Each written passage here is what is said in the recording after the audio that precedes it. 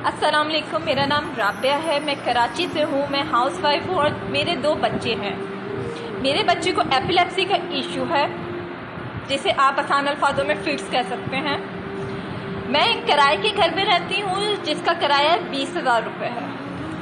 इस वक्त जो मैं ग्रॉसरी लेकर आई हूँ, जिसमें आटा, चीनी, घी, दालें नहीं है, ये मेरा बिल है। ये मैं अभी लगाऊंगी कि आप लोग देख लें कि इस माँ ने कोई फजूल खर्ची नहीं की है। इसको देखें कि इसमें आटा, चीनी, घी कुछ नहीं है। बच्चों को क्या भूखा मार दूं? उसके बाद माशाल्लाह मेरा बिजली का बिल यूनिट है हमारे जिसमें इस पाकिस्तान में, इस कराची में, इस एरिया में लाइट नहीं होती।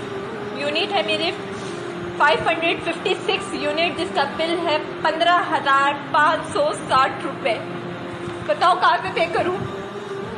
रेंट पे करूँ, ग्रॉसरी लेकर आऊँ, बिजली के बिल दें या टैक्स पे करें तुम लोगों को कि तुम लोगों की जेबें भर जाएं। मेरे बच्चे को फिट्स पड़ते हैं, जिसकी मेडिसिन तुम लोगों ने इन 4 महीनों में माशाल्लाह इतनी महंगी कर दी है कि वो भी पिलाना छोड़ दूं।